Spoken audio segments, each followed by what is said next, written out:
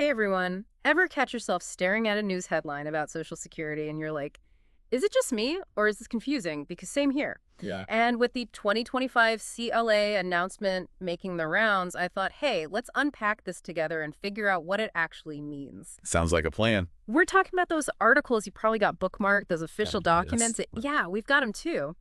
So today, we're diving deep into what's really important about this CLA announcement, especially for you. Right, because it can feel like information overload out there. Exactly. But before we jump into the nitty-gritty, let's make sure we're on the same page. Can you give us a quick breakdown of what CLA is in the first place? Why is everyone making such a big deal about it? Absolutely. COLA stands for Cost of Living Adjustment, and basically it's how Social Security tries to keep your benefit payments aligned with inflation. You can think of it like a yearly tune-up, making sure your money in, say, 2025 buys roughly what it did in 2024, even if prices have gone up.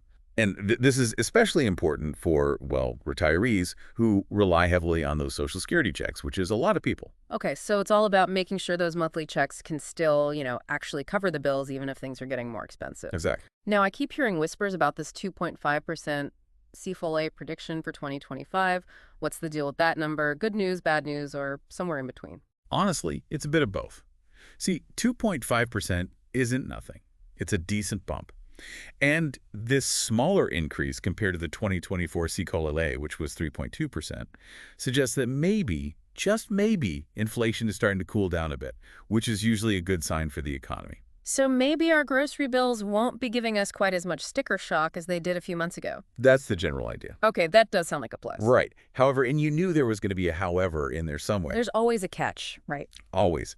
We can't ignore the elephant in the room, and that's Medicare Part B premiums. Ah, yes, Medicare. Often deducted right from those Social Security checks, and unfortunately, they've been going up. Oh. And this is where it gets tricky, right? Because even if you get a decent COLA increase, if Medicare costs jump even higher, it's like, well, it's like running on a treadmill. You're putting in the effort, but you're not really getting anywhere. That is a great analogy, and it really highlights why some lawmakers are pushing to change how Medicare gets factored in to those QLA calculations in the first place. That's interesting because actually, when I was doing some research for our deep dive today, I Hmm. came across an article about that. It mentioned something called the Boosting Benefits and KLAs for Seniors Act. Is that what you're talking about? That's the one.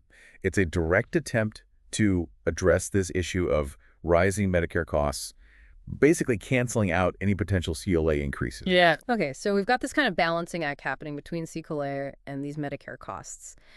But for people at home who are receiving those checks every month, what does it actually mean? So let's make it real. The average Social Security benefit back in January 2024 was about 19,077. A 2.5% CLA increase on that would be roughly an extra $47 each month. Okay, $47. I mean, I definitely wouldn't say no to an extra $47. Right. But I have to imagine it's not the same for everyone, is it? You're right. You're absolutely right. The actual amount someone gets from this CLA increase can be vastly different. It all depends on their work history and when they started claiming. So, for example, you could have someone who earned, significantly more over their highest earning 35 years. They could be looking at a much bigger benefit, and that means a larger increase. We could be talking a maximum benefit of around $1,473 per month. Whoa, okay. That's a huge difference. It seems like there's a lot more to this CLA calculation than meets the eye. What are some of the things that contribute to those variations in benefits? You hit the nail on the head. It's not just about the percentage. It's about your own individual situation. Work history matters. Those highest earning years, your chosen retirement age, it all plays a role in determining your benefit amount. So just because there's, let's say, an average CLA increase, it doesn't necessarily mean everyone's getting the same amount added to their checks every month. You got it. And this is exactly why it's so important for everyone to really understand their own situation. Planning ahead is key, especially with all these potential reforms floating around out there. Speaking of which, I think you had some questions about this Social Security Fairness Act you came across. You know me too well. We've got this whole KLA picture, but then our deep dive uncovered this whole other layer, potential reforms to Social Security itself. What's the deal with this Social Security Fairness Act everyone's talking about? Ah, yes. The Social Security Fairness Act. This one aims to address what some see as an unfairness in how benefits are calculated, especially for people who worked both public service jobs teachers, firefighters, police officers, and jobs that pay into Social Security. So you're saying someone who dedicated years of their life to public service might not be getting their fair share because of how these rules are currently set up. That's the heart of the issue. See, those public service jobs, they often come with pensions, right?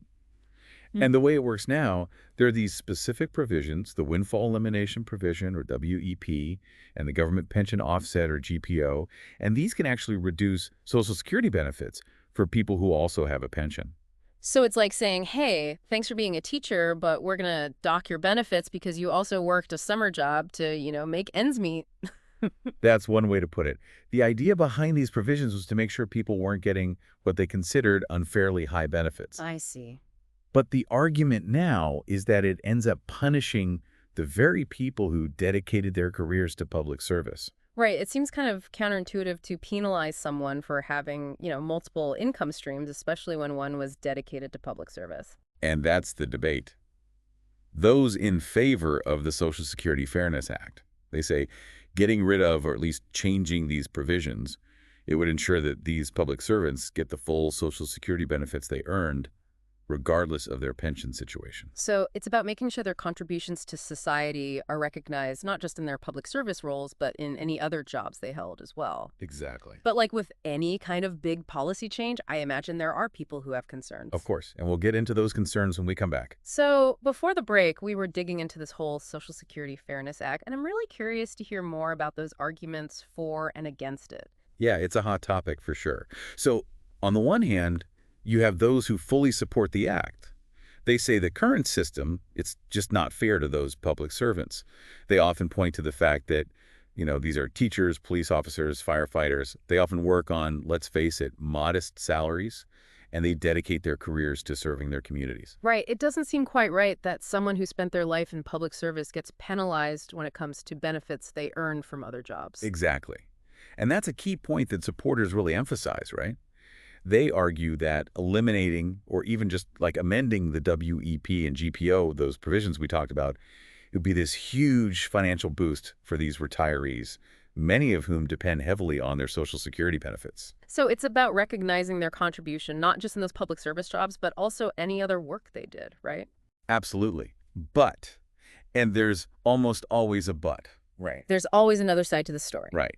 Those who are against the Social Security Fairness Act, their big concern is usually the cost and what it could mean for how long Social Security can even stay afloat, in the long run. The Congressional Budget Office, they did an estimate, and it's pretty hefty, potentially over $190 billion over a decade to put these changes into action. Wow, that's a lot of money. So it's this balancing act, right, between making sure people are taken care of, but also making sure the system itself is sustainable.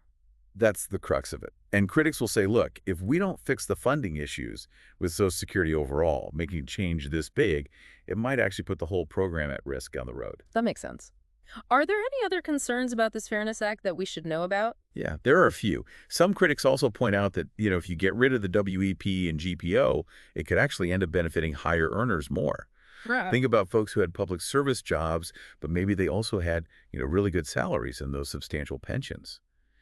The argument is that those individuals might not need that extra Social Security support as much as someone who, let's say, had lower earnings through their life. Right. It's about making sure the resources are going to those who truly need them. Exactly. And of course, we can't forget the political side of all this. The Social Security Fairness Act, it actually has some support from both sides of the aisle. It's kind of rare these days. That is interesting. But it also faces pushback, from those who generally don't like expanding social programs, or those who think, hey, deficit reduction needs to be the top priority. It's funny how something like this, when you just see the headline, seems like it should be a simple issue, right? But then when you really dig in, you realize how complex it really is. Budgets, politics, people's strongly held beliefs, it all plays into this. You summarized that perfectly. It's a complicated issue, and this debate, it's not going away anytime soon, especially as we get closer to potential votes in Congress. Well, this has definitely given me a lot to think about.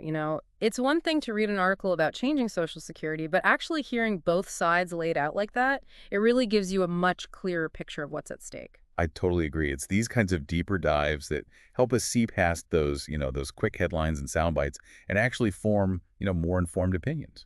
And speaking of informed opinions, I'm curious to know what our listeners think about all of this. We've talked about Cure Blay, we've talked about potential reforms, but have you thought about how any of these changes might affect your own personal finances down the road? That's the million-dollar question, isn't it? Hmm. We spend a lot of time on the big picture, but it always comes down to the individual. Understanding how Social Security works for you, how these changes might affect you personally, that's incredibly important. It's like we always say, knowledge is power. Absolutely. The more you know about all this stuff, the more prepared you are to make smart decisions for yourself and, advocate for what you need. But for now, let's shift gears a bit and talk about some other interesting things about Social Security that you might not even be aware of. I know I learned a few new things while preparing for our deep dive today. All right, we are back and ready to, kind of wrap up our deep dive here on, well, everyone's favorite topic, Social Security. Right, because who doesn't love talking about benefits and policies and, all that fun stuff? Exactly. But in all seriousness, we have covered a lot of ground. We talked about those CLA calculations, that whole debate about the Social Security Fairness Act. Lots to unpack. There really is. But before we go, I want to go back to something you said earlier about understanding our own situations, Mm. because it's so easy to get caught up in those headlines and those big policy debates. But when it comes down to it, what does this all mean for me personally? You said it. Social Security, it can feel like this huge, overwhelming system, but at its core, it's about you. It's about providing that safety net, that foundation, Hmm. so that you can have, some financial security in retirement. Understanding how it works, how these changes might affect you directly, that's where the power is. Okay, so where do we even start with that? If someone's listening and they're feeling a little overwhelmed, a little lost in the weeds, what's the most important thing to do? First thing, don't check out. I know it's easy to just tune it out, but remember what we always say. Knowledge is power. Right. Start by looking at your Social Security statements. Get familiar with your earnings history. And then, really important, take some time to explore the different ways you can claim those benefits. Because there aren't options, right? There are. Oh, yeah. There are different claiming strategies, and they all come with, different pros and cons. Oh, okay. I'm starting to realize I need to do a little more research myself. Well, that's the thing. It's always changing. What we tell you today, there could be updates or tweaks down the line. That's why staying informed is so crucial. That's a good point. But look, the main thing to remember is this. When it comes to Social Security, when you decide to start claiming those benefits, that can have a big impact on how much money you actually get each month. And there's no magic formula, no one-size-fits-all answer. So understanding your options and having a plan, that's essential. Okay, so planning is key. I feel like I've said that a lot today, but it's true.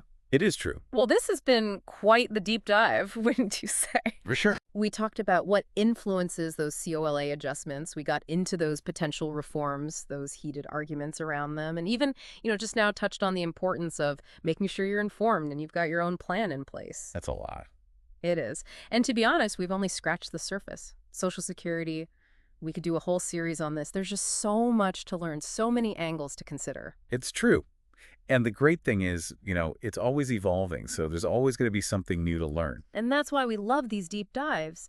But for today, we hope this has given you the information you need, the resources to kind of navigate this whole Social Security world with a little more confidence. That's what we're here for.